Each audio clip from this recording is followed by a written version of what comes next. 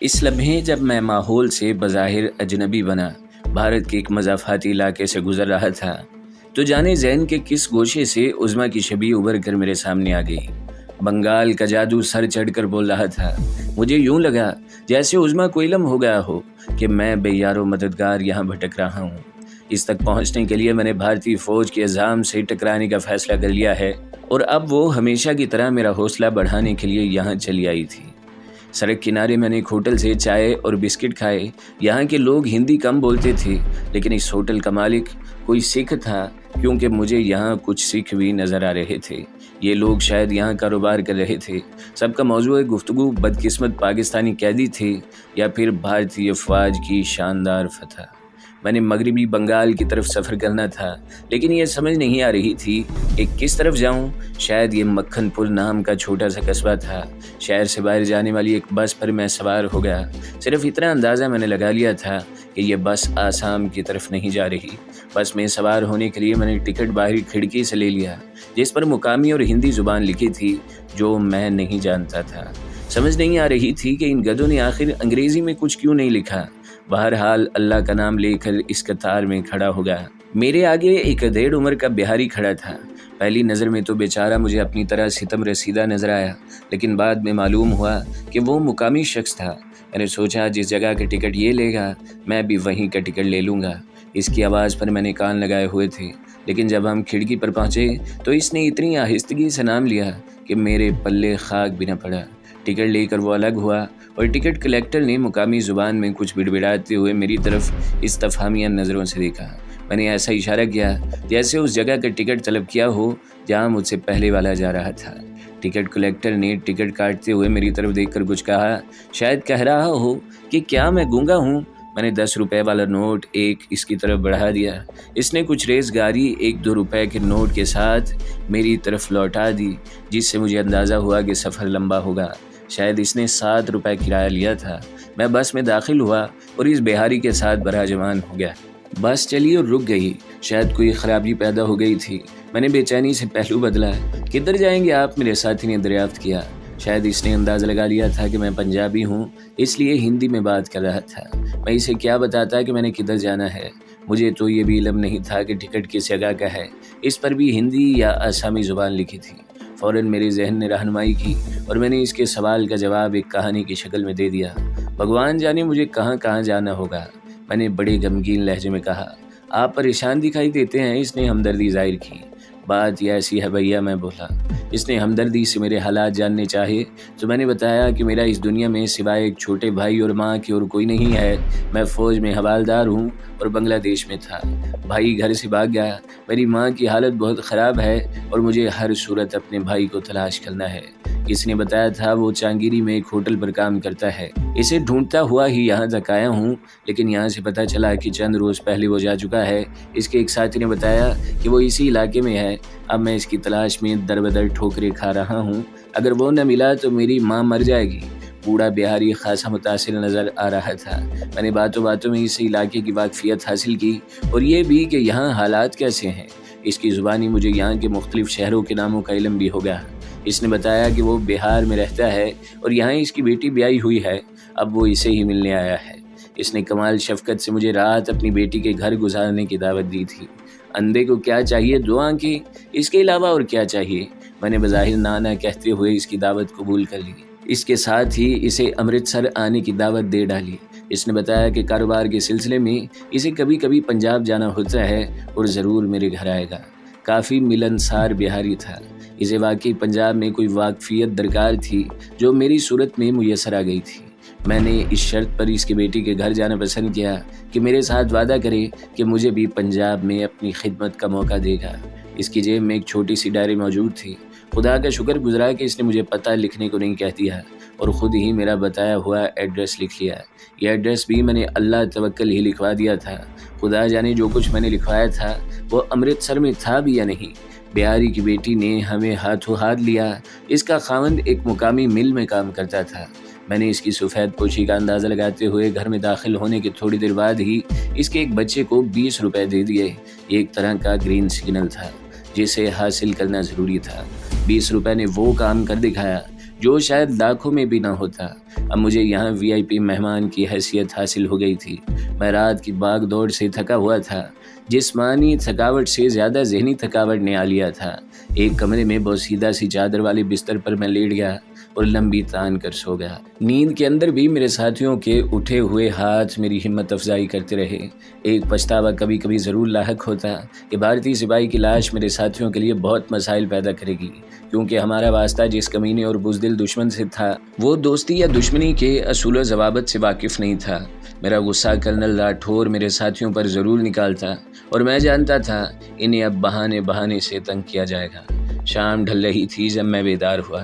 ساری کسل مندی دور ہو چکی تھی اور اب میں کسی بھی لمحے کچھ بھی کر گزرنے کو تیار تھا۔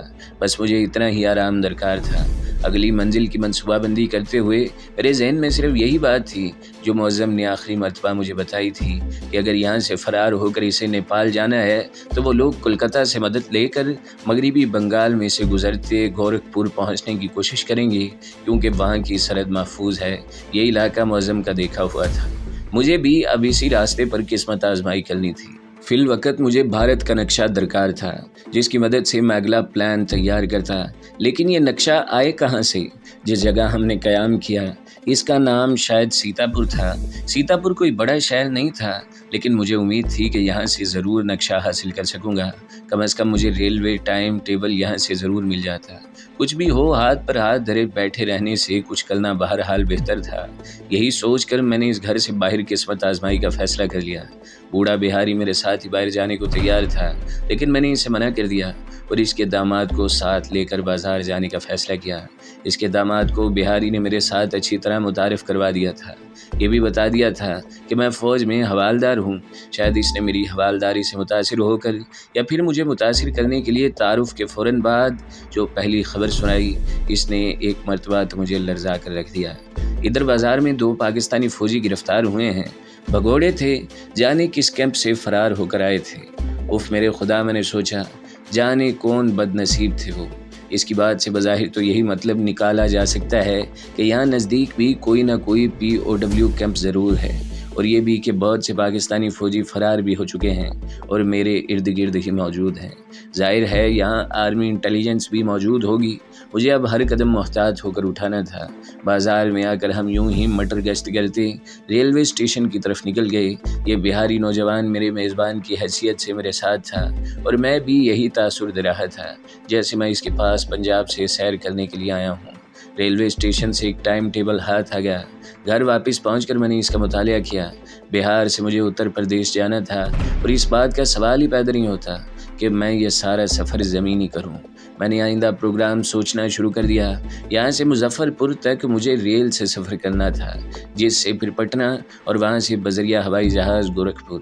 پٹنہ میرے ذہن میں اس لیے آیا تھا کہ یہاں میزبان کا دوسرا بھائی رہتا تھا۔ اس نے دوران سفر اپنے سارے خاندان کا تعارف مجھ سے کروا دیا تھا اور آدمی بھی خاصا مہربان دکھائی دیتا تھا۔ شاید قدرت نے اسے میری مدد کے لیے ہی مجھ سے ٹکرایا تھا، لیکن مظفر پور سے پٹنہ کا سفر کیسے طے ہوگا؟ دل نے کہا اللہ تعالیٰ ضرور کوئی نہ کوئی وسیلہ بنا دے گا۔ اس مرحلے پر ایک مرتبہ پھر آزادی اور وطن پہنچنے کی شدید خواہش نے حوصلہ افزائی کی۔ میں جان بوجھ کر بازار سے کچھ پھل وغیرہ خرید کے ساتھ لے آیا تھا۔ یہ بیچارے سفید پوش سے لوگ تھے۔ میرے اس جذبے نے انہیں ضرورت سے زیادہ ہی متاثر کر دیا تھا۔ میں نے اپنے بہاری میزبان کو رات سونے سے پہلے بتایا کہ میں اب مظفر پور جاؤں گا اور وہاں سے پھر پٹنہ کی طرف لوٹوں گا۔ میں نے اسے بتایا کہ مظفر پور میں میرا ایک دور پار کا عزیز بھی رہتا ہے، ممکن ہے وہ مجھے مل جائے تو میں اس سے کچھ رقم لے کر واپس بہار لوٹ آؤں اور بھائی کی تلاش کا سلسلہ جاری رکھوں۔ اس نے جھٹ سے مجھے اپنے بھائی کے پاس پہنچنے کی تاکید کی اور بتایا کہ وہ اس سلسلے میں میری ممکنہ ہر معاونت کرے گا۔ میں نے بزرگ بہاری کا شکریہ ادا کیا۔ دوسرے روز صبح وہ مجھے ٹرین پر بٹھا کر آ گیا۔ روانگی سے پہلے میں اس کے بھائی کشوری لال کے نام تعارفی خط لینا نہیں بھولا تھا۔ ٹرین نے رات ڈھلے مجھے مظفر پور اور اگلے روز پٹنہ پہنچا دیا۔ میں نے اتنی رات گئے کشوری لال کو تنگ کرنا مناسب نہیں سمجھا اور وہیں پلیٹ فارم کے کونے میں بیٹھ گیا۔ پٹنہ خاصا بڑا شہر تھا۔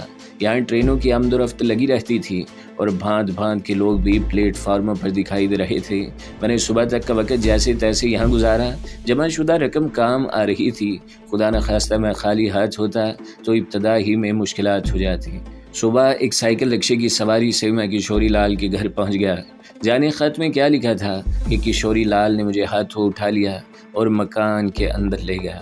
وہ مجھے حوالدار صاحب کہہ کر مخاطب کر رہا تھا اور میں گھبرا رہا تھا کہ کہیں کوئی اور اس طرح پکارنے پر ہماری طرف متوجہ نہ ہو جائے۔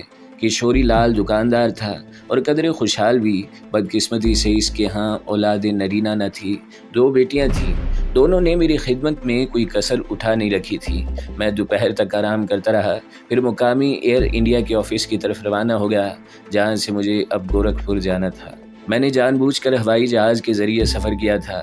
اس طرح ایک تو چیکنگ کے کم از کم امکانات تھے۔ ایک مرتبہ جہاز میں بیٹھنے کے بعد ظاہر ہے گورکھپور تک تو مجھے کوئی چیک نہ کرتا، بس صورت دیگر کچھ بھی ممکن تھا۔ یہاں جہاز سے عام آدمی کے سفر کرنے کا تو تصور بھی نہیں کیا جا سکتا۔ غربت اتنی ہے کہ لوگ جسم و جان کا رشتہ ہی بمشکل برقرار رکھ پاتے، اس لیے میں نے اپنے میزبان کو بھی کچھ نہیں بتایا تھا۔ ستنام ٹھاکر کے نام سے میں نے اگلے روز دوپہر کی فلائٹ بک کروا لی اور مطمئن ہو کر لوٹ آیا۔ رات دیر گئے تک کشوری لال میرے ساتھ باتیں کرتا رہا۔ میں نے پنجابی ہونے کی آڑ میں خود کو خاصا محفوظ کر لیا تھا۔ یوں بھی کسی شک کے بغیر میرے متعلق مزید کچھ جاننے کی جستجو وہ کیوں کرتا؟ میں نے اگلے روز اس سے صبح دکان پر جانے سے پہلے اجازت لے لی اور اسے بتایا کہ میں آج دوپہر پنجاب کی طرف لوٹ جاؤں گا۔ پنجاب میں امرتسر کا ایک جعلی سا ایڈریس اندازے سے میں نے اسے بھی لکھوا دیا تھا۔ پٹنہ کے ہوائی اڈے پر کوئی خاص نگرانی نہیں ہوتی تھی۔ میں عام مسافروں کی طرح ایئر انڈیا کے فوکر جہاز میں سوار ہوا۔ خدا کا شکر تھا کہ پرواز بروقت تھی اور جہاز بھی بحفاظت منزل مقصود تک پہنچ گیا، وگرنہ اس کی حالت دیکھ کر کوئی سوچ بھی نہیں سکتا تھا کہ یہ جہاز 2 گھنٹے کی مسلسل اڑان کے قابل ہے۔ میں نے احتیاطاً ایک خوبصورت چھوٹا سا بیگ پٹنہ سے خرید لیا تھا۔ کپڑے مناسب تھے اور آنکھوں پر لگی رنگین چشموں کی اینک نے مجھے خاصا معزز بنا دیا تھا۔ میں نے فرار کے بعد سے شیو نہیں کروائی تھی اور آئندہ بھی ایسا کوئی ارادہ نہیں رکھتا تھا۔ گورکھپور اتر کر میں شہر چلا آیا اور پھر پیدل ہی مٹر گشت کرنے لگا۔ ذہن میں یہ بات ضرور تھی کہ یہاں نگرانی سخت ہوگی، کیونکہ نیپال کی طرف بھاگنے والے لوگ زیادہ تر یہی راستہ اختیار کرتے تھے۔ بہت کم لوگ بھوٹان کی طرف سے نیپال جاتے تھے۔ اب میرے راستے میں 2 چھوٹے اسٹیشن تھے، پھر میں آزاد تھا۔ بازار میں گھومتے ہوئے میری نظر ٹورسٹ انفارمیشن آفس پر پڑی اور یہاں سے کچھ مفت لٹریچر حاصل کر لیا۔ اب مجھے زیادہ پیسوں کی ضرورت تو نہیں تھی، لیکن ضرورت بہرحال تھی۔ شہر کے ایک معمولی سے مسافر خانے میں قیام کیا اور صبح مقامی بس اسٹینڈ سے بال رام پور جانے والی بس میں سوار ہو گیا۔ یہ بس بھارت کے آخری سرحدی شہر کی طرف جا رہی تھی اور سفر بھی خاصا لمبا تھا۔ گورکھپور سے جیسی بس نکلی، میں نے ایک مرتبہ پھر خدا کا شکر ادا کیا۔ پہلا بڑا اسٹاپ پدرانہ تھا۔ بس جیسے ہی اسٹینڈ میں داخل ہوئی، اسے سفید کپڑوں میں ملبوس پولیس نے گھیر لیا۔ ایک مرتبہ تو میرا دل دھک سے رہ گیا۔ دل ہی دل میں خدا سے دعا مانگنے لگا کہ جیسے اس نے پچھلے تمام راستے میں مہربانی فرمائی ہے، آئندہ بھی مجھ ناقص پر اپنی رحمت کا سایہ فگن رکھے۔ اترنے والی ہر سواری کا وہ گہری نظر سے جائزہ لے رہے تھے۔ بس یہاں کچھ دیر ٹھہرتی تھی، لیکن میں نے باہر جانے کا خطرہ مول نہ لیا۔ احتیاطاً ایک ہندی اخبار میں نے خرید لیا، وہی آنکھوں کے سامنے پھیلا کر بیٹھا رہا۔ میرے پلے تو کیا خاک پڑتا، یہ ضرور ہوا کہ سفید پوش پولیس والوں کی اور میرے درمیان کاغذ کی ایک دیوار ضرور تن گئی۔ بس میں میرے علاوہ بمشکل 2-3 مرد ہی اور تھے، وہ بھی بچوں کے ساتھ مصروف۔ کھڑکی سے چمٹے ایک چائے والے سے میں نے چائے کا ایک گلاس خریدا اور وہیں بیٹھ کر زہر مار کرنے لگا۔ خدا خدا کر کے بس چلی۔ اب دوسرا بڑا اسٹاپ بانسی تھا۔ یہاں بھی اس طرح بس کو چیک کیا گیا اور پچھلے اسٹاپ والی حکمت عملی یہاں بھی میرے کام آئی۔ اب میرا آخری اسٹاپ بال رام پور آنے والا تھا۔ ایک بات تو طے شدہ تھی، میں نے اپنے دل میں پکا ارادہ کر لیا تھا کہ زندہ کبھی بھارتی فوج کے ہاتھ نہیں آؤں گا۔ بال رام پور سرحدی شہر ہونے کے سبب کڑی نگرانی میں تھا۔ خصوصاً اس طرف سے لوگوں کے فرار ہونے کی اطلاعات نے بھی بھارتی انٹیلیجنس کو خاصا چوکنا کر دیا تھا۔ بس اسٹینڈ پر وہی گھورتی ہوئی اور جسم میں گھس جانے والی نظریں موجود تھیں۔ شام شہر میں اترنے لگی تھی۔ چاروں طرف ایک پراسرار اور پرہول سا سناٹا طاری تھا، بالکل یوں جیسے بڑا طوفان آنے سے پہلے سمندر پرسکون ہو جایا کرتے ہیں۔ میں بس سے اتر کر پیدل ہی ایک طرف چل دیا تھا۔ یہ بات میرے وہم و گمان میں بھی نہیں تھی کہ میرا کوئی تعاقب بھی کر رہا ہے۔ اپنی ہمراہی سے جو بانسی میں مجھ سے الگ ہوا تھا، میں نے بالرامپور کے متعلق بہت سی معلومات حاصل کر لی تھی، خصوصاً نیپال کی سرحد کی طرف جانے والا راستہ۔ مجھے یہ اطمینان بھی تھا کہ یہاں پاسپورٹ ویزا وغیرہ کا بھی کوئی چکر نہیں ہے، صرف کسٹم کی ایک پوسٹ ہے۔ لیکن میرے پاس تھا ہی کیا کسٹم کروانے کو؟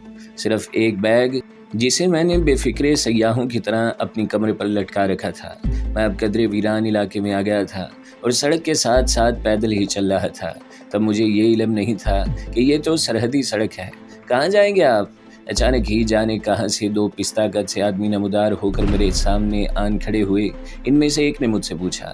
بانسی میرے منہ سے فوراً نکلا، لیکن وہاں سے تو تم آ رہے ہو؟ دوسرے نے جھٹ سے کہا، یہ سڑک تو نیپال کو جاتی ہے۔ پہلا بولا، او سوری، دراصل میں پہلی مرتبہ آیا ہوں، مجھے بس اسٹینڈ کی طرف جانا ہے، میں نے سنبھل کر کہا۔ میرا دل دھک دھک کر رہا تھا، لیکن ذہنی طور پر میں کسی بھی قسم کی صورتحال کا مقابلہ کرنے کے لیے تیار نہیں تھا۔ آؤ ہم تمہیں بس اسٹینڈ تک پہنچا دیں، ایک نے کمال مکاری سے کہا۔ ضرور جاؤں گا، تمہارے ساتھ کم بختو کہاں سے آن مرے ہو؟ میں نے دل ہی دل میں کہا۔ ایک لمحے کا ضیاء بھی میرے لیے کیا قیامت ڈھا سکتا تھا، اس کا مجھے بخوبی احساس تھا۔ یہ لوگ ظاہر ہے مجھ پر شک کر رہے تھے اور مجھے شاید یہاں سے کہیں اور لے جا کر چیک کرنا چاہتے تھے، اور معمولی سی چیکنگ بھی میری اصلیت کا بھانڈا پھوڑ دی تھی۔ شکریہ کہہ کر میں نے تیزی سے ان کی طرف رخ بدلا کہ میرے قریب کھڑا سیکورٹی والا تو بالکل گڑبڑا کر رہ گیا۔ میری یہ حرکت 100% ارادی اور طے شدہ پلان کے مطابق تھی۔ جیسے ان میں سے ایک چونکا، میری ٹانگ اپنی جگہ سے اٹھی اور میں نے پورے زور سے سامنے والے کے پیٹ کو نشانہ بنایا۔ وہ تو پیٹ پر ہاتھ رکھ کر الٹ پڑا۔ دوسرے کی گردن پر میرا ایک ہاتھ ایسا پڑا کہ اگلے 2-3 گھنٹے تک اس کے ہوش میں آنے کے امکانات نہیں تھے۔ اس کے ساتھ ہی میں نے اس کی طرف دیکھے بغیر سرحد کی طرف دوڑ لگا دی۔ یہاں کوئی باقاعدہ سرحدی فوج یا سیکورٹی نظام نہیں تھا، اس بات کی مجھے بہرحال تسلی تھی۔ ابھی بمشکل چند قدم بھاگا تھا کہ ایک فائر کی آواز سنائی دی۔ اگلے ہی لمحے مجھے اپنے بازو میں انگارہ گھس جانے کا احساس ہوا۔ گردن گھما کر دیکھا تو میں سناٹے میں آ گیا۔ میرے اندازوں کے برعکس جس شخص کے پیٹ میں لات ماری تھی وہ بہت سخت جان ثابت ہوا اور اب پیٹ پر ہاتھ رکھے ہوئے ہی دوسرے ہاتھ سے فائرنگ کر رہا تھا۔ سوائے بھاگنے کی کوئی چارہ نہیں تھا۔ میں دیوانہ وار بھاگ رہا تھا اور وہ دیوانہ وار میرے تعاقب میں فائرنگ کر رہا تھا۔ یہ الگ بات کہ اس کی گولیاں میرا کچھ نہیں بگاڑ سکتی تھی۔ پہلے بھی میں غلط فہمی کا شکار ہوا تھا۔ میں اب سرگنڈوں میں گھس گیا تھا اور اندر ہی اندر بھاگتا چلا گیا۔ اس کے دوبارہ پستول لوڈ کرنے تک میں اس کی رینج سے باہر نکل چکا تھا اور یہ بھی جانتا تھا کہ کچھ بھی ہو، کم از کم چند منٹ تک وہ اپنے قدموں پر کھڑے ہونے کے قابل نہیں ہو سکے گا، اور یہی چند منٹ مجھے درکار تھے۔ میں اندازے سے بھاگتا چلا جا رہا تھا، میرے بازو سے خون مسلسل جاری تھا۔ ایک پناہ گاہ میسر آنے پر میں ایک درخت سے ٹیک لگا کر بیٹھ گیا۔ میرے بائیں بازو پر گولی لگی تھی۔ جرسی اور قمیض اوپر اٹھا کر دیکھا، خون فوارے کی طرح بہہ رہا تھا، لیکن فوجی زندگی کے تجربے نے بتا دیا تھا کہ گولی بازو کے اندر نہیں گھسی، شاید گہرا گھاؤ لگا کر پھسلتی چلی گئی ہے۔ میں نے خدا کا شکر ادا کیا، کم از کم ہڈی تو محفوظ رہی تھی۔ بیگ میں رکھی واحد بنیان پھاڑ کر میں نے قمیض کے اوپر سے ہی کس کر باندھ لی۔ اس طرح کم از کم خون تو بہنے سے رک گیا تھا، لیکن درد رکنے کی بجائے بڑھتا چلا جا رہا تھا۔ میں نے وہاں رک کر وقت ضائع کرنے کی بجائے آگے قسمت آزمائی کا فیصلہ کر لیا، کیونکہ یہاں کم از کم مجھے طبی امداد میسر نہیں آ سکتی تھی۔ بازو لٹکانے سے چونکہ خون بہنے کا اندیشہ تھا، اس لیے میں نے اپنے گلے میں بنیان لٹکا کر زخمی بازو کو گلے کا ہار بنا لیا تھا۔ خیریت گزری اور میں جیسے تیسے رات کے پہلے پہر ہی سرحد عبور کر گیا۔ اس کا احساس مجھے اس سفید رنگ کی برجی سے ہوا جس پر تیر کے ایک نشان سے بھارتی اور نیپالی علاقے کی نشاندہی کی گئی تھی۔ نیپال کی سرحد میں داخل ہونے کا احساس ہی اتنا تقویت بخش تھا کہ مجھے اپنے بازو کا درد بھی بھول گیا۔ میری آنکھیں بے اختیار شکر کے آنسوؤں سے لبریز ہو گئیں۔ مجھے بتایا گیا کہ یہاں کی غالب آبادی مسلمان ہے، اور میرا یہ ایمان تھا کہ ایک مسلمان خواہ دنیا کے کسی بھی کونے میں آباد ہو اور کیسے ہی نظریات کیوں نہ رکھتا ہو، اس کے دل میں کہیں نہ کہیں اپنے مسلمان بھائی کا درد بھی موجود رہتا ہے۔ میرا دل کہتا تھا کہ یہاں مجھے ضرور مدد میسر آ جائے گی۔ میں اندازے سے ایک طرف چل رہا تھا۔ رات کا شاید آخری پہر تھا جب مجھے دور سے ایک گاؤں کے آثار دکھائی دینے لگے۔